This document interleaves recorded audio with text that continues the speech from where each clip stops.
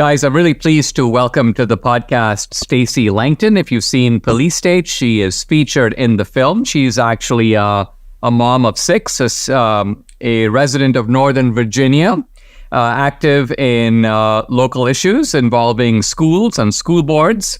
She started the Mama Grizzly movement in the fall of 2021 when she stumbled upon some very startling, graphic, sexually explicit books in her son's public school library in Fairfax, Virginia. By the way, her website, mamagrizzly.org. Stacy, welcome. Great to have you. Thanks for joining me. We were just talking a minute ago about, I was asking you, have you seen the film? Because it's one thing to do a long interview, which I did with you and another mom named Sharona Bishop. As you noted, we talked for an hour, 45 minutes. Talk a little bit about the experience of just watching the film. How did you see it and when? Well, I took my two oldest sons to the movie with me that night, and I went with a big group of friends. And of course, it was totally sold out. Our theater was full here in Fairfax, and it was very, celebratory as far as the atmosphere. And it was funny, because I come on kind of late in the picture, but everybody was really enjoying the film because it's very dramatic and it's very serious, but it's also, it's a little bit scary and a little bit frightening. And there were a lot of very emotional moments too, where people were tearing up listening to some of the other folks that you interviewed tell their stories. And then when I came on, everyone in the audience cheered and they clapped for me, which was funny. And then the bit that you used was really wonderful, and I thought it was very skillfully done. The way you sort of tied all of our little bit of our lives together and made it flow so cohesively to tell the story of what it is that can happen to you when you dare to sort of step outside of the a proper lane that the government would like you to stay in. And so it was wonderful. I really enjoyed it a lot, and everybody was really, really excited about it. Did you find that people kind of got into it at the end and was singing the national anthem when as the film closed out? Yeah, that was a thing. Everybody was singing with him at the end.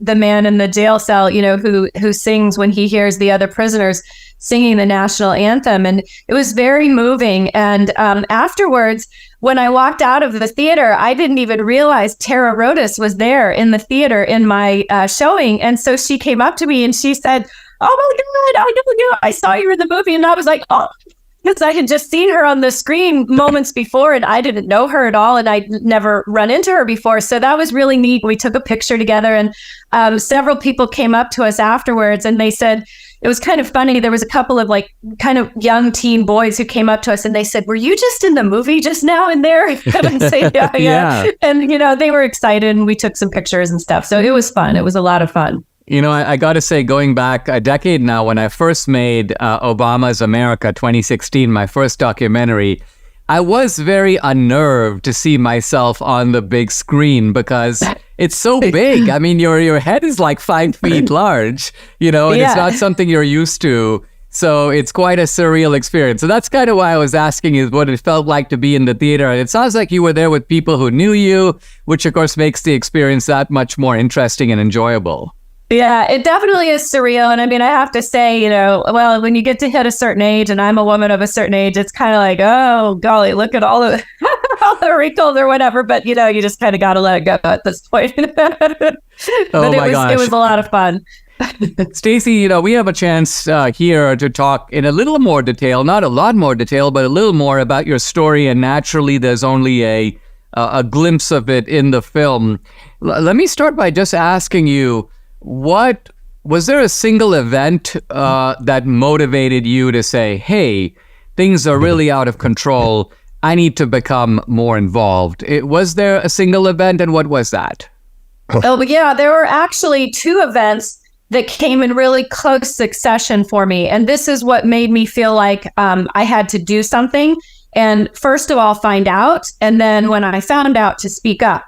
And that was, I had come to the public school system a little bit late because we're Catholic. And so all of my children are in, private Catholic schools. But around here, they only go K through 8. And so when you have your child hit ninth grade, you have a decision to make. Do you send them to the very expensive Catholic school, which is very far away, or do you send them to the public school, which is a mile away? And so that's what we chose for my two oldest sons. They went to the public high school. And the year that school started in 2021, we started at the end of August at some point, and it was the school board meeting just prior to September 11th, which was around like the 9th of September. We have a board member who is Palestinian, and she had said some very controversial things at that school board meeting, which I attended, about September 11th. And she just got, fried in the press for that. And that weekend I was watching Newsmax, and they did a program, like a profile of another school board meeting that had sort of gotten out of hand. And this was the one in Hudson, Ohio. And I think it actually might have been like a city council meeting. And the mayor sort of famously walks into the room and he says, in remarking about a high school like classroom assignment book that was completely sexually explicit. And he says to them, all of you should be arrested for child pornography. And I thought, is that like, what's going on? Like, that sounds weird. And I thought, well, that's just, something crazy happening in Ohio. And then the next day I saw another program that profiled a mother who I didn't know her name at the time. I found it out later. Her name is Brandy Berkman, and she had gone to her school board meeting in Leander, Texas, and she read aloud from the book Lawn Boy. She said, this came home in my fourth grader's backpack. And at that point, then I had, a title.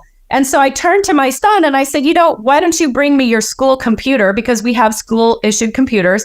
And I looked it up. I typed in, Jonathan Evison, the author's name, and sure enough, it popped up. And I thought, well, that's crazy. They have this book in the library.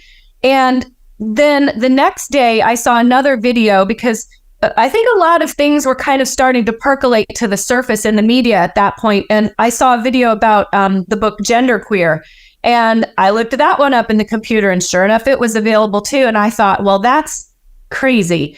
And so I said to my son, I said, when we go back to school on Monday, I said, I want you to come with me and let's go to the library and check the books out. And so that's what we did. And of course, my son, I'm a mom and I'm totally embarrassing. Right. And so we walked in after school, and, the librarian didn't care that I was there as a parent. And she just, waved us on, and they had this enormous LGBTQ book display down the center of the library. And it had the big rainbow over the top, and it had all of these books on the display. And of course, Lawn Boy was sitting right there. And so we saw Lawn Boy, but we couldn't find Genderqueer.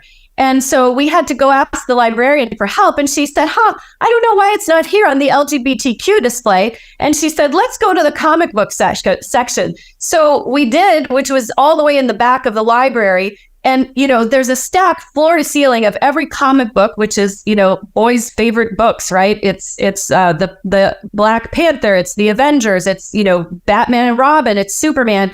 And Genderqueer, literally sitting on the shelf. And she pulled it off and handed it to me, and she's smiling, and she thinks, I don't know, maybe she thought my son was genderqueer or something. And she let us check the books out. And so when I got home and opened it up. Stacy, hang on. Yeah, we're just going to take a pause. When we come back, we'll pick up your story. Right back. Okay. If aches and pains are your problem, Relief Factor is your remedy. Debbie and I started taking Relief Factor a couple of years ago, and what a difference we've seen in our joints. Nothing short of amazing. Aches and pains are totally gone thanks to this 100% drug-free solution called Relief Factor. How does it work? Relief Factor supports your body's fight against inflammation. That's the source of aches and pains. More than 1 million people have tried Relief Factor, and about 70%, the vast majority, have gone on to order more. Debbie's been able to do the exercises now that for a long time she wasn't able to do. So, hey, Relief Factor's been a big game changer for her, her aunt, other members of our family, Mike here in the studio, and for many other people. You too can benefit. Try it for yourself. Order the 3-week quick start for the discounted price of just $19.95. Go to relieffactor.com or call 800-4-RELIEF to find out more about the offer. The number again, 800-4-RELIEF, or go to relieffactor.com. You will feel the difference.